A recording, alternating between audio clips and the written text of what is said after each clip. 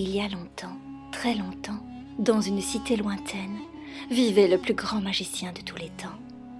Nombre de rois désiraient sa présence pour les aider à régler leurs futiles querelles. Chacun voulait posséder la couronne de tous les royaumes et devenir le maître absolu. Mais le grand magicien refusait de servir leur soif de pouvoir. Il fit en sorte de défier les hommes en entourant sa cité d'un brouillard tellement épais que personne ne pouvait l'atteindre. Quiconque désirant posséder la couronne, son savoir et sa magie, devrait affronter bien des épreuves. Seul un vrai roi pourra percer le secret du grand magicien. Dans le château du royaume d'Avelia, Kélian, petit garçon malicieux, rêvait de devenir un jour un grand chevalier.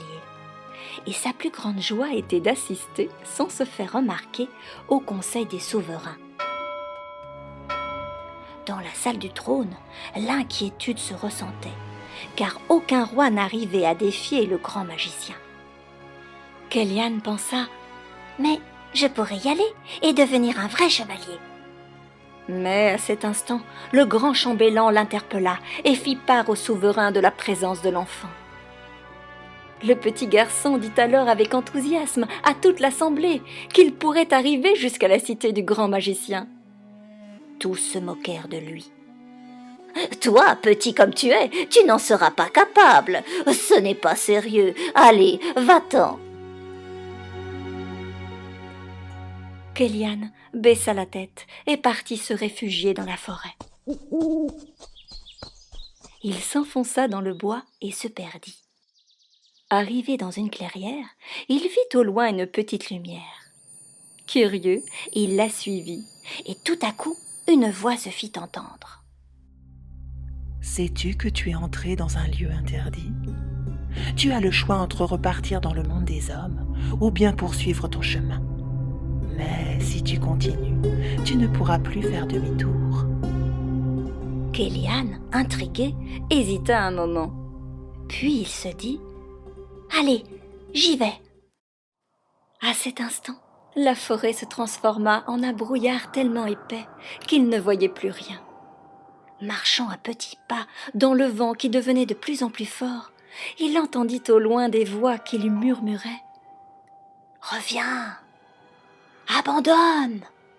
Tu es perdu. Ce n'est plus la peine de continuer. Fais demi-tour. » Ne voulant plus les entendre, Kélian se boucha les oreilles et courut le plus vite possible dans la brume épaisse, sans savoir où il allait. Il tomba plusieurs fois, mais se releva aussitôt. C'est alors que la petite lumière de la forêt dissipa le brouillard.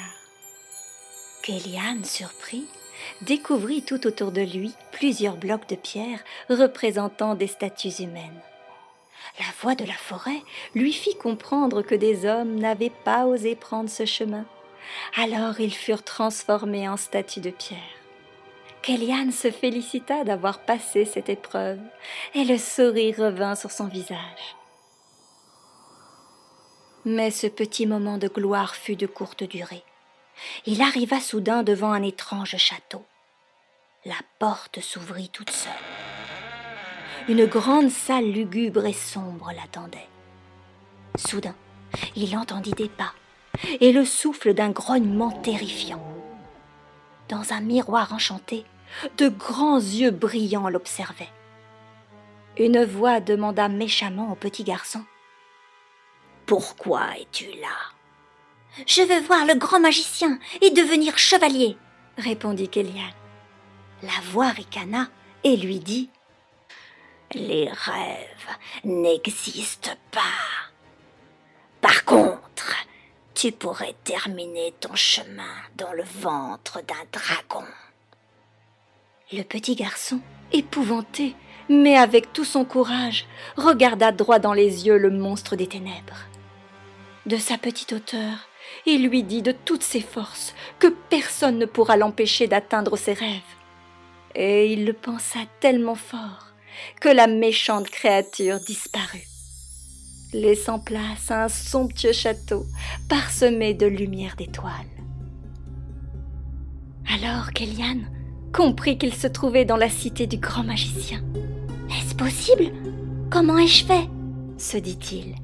Dans le moment, le grand magicien fit son apparition. Il mit sa main sur la tête du petit garçon pour le féliciter et l'invita dans son palais. C'est alors qu'il lui fit part du secret de sa victoire. « Tu as affronté les 3 épreuves, » dit le grand magicien. « La première, avec la petite lumière de la forêt.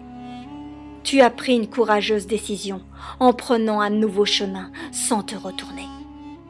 La deuxième, tu n'as pas écouté tes craintes comme l'ont fait tous ces rois transformés en statues de pierre. Tu as gardé en toi la force de réussir envers et contre tout. Et la dernière, le marchand de peur ne t'a pas atteint. Tu as cru en toi malgré les doutes que voulait t'infliger le monstre des ténèbres. Tu as fermé la porte au mal à tout jamais. Tu possèdes un cœur sincère et généreux, le cœur d'un vrai roi, et tu mérites de gouverner sur tous les royaumes de la contrée. » Le grand magicien remit à Kélian la couronne de tous les royaumes, et il devint non seulement un grand chevalier comme il le désirait, mais un grand roi, aimé et respecté de tout son peuple. Kélian comprit que le secret du grand magicien était de ne pas servir les conflits, mais de créer un royaume où les briseurs de rêves n'existent pas.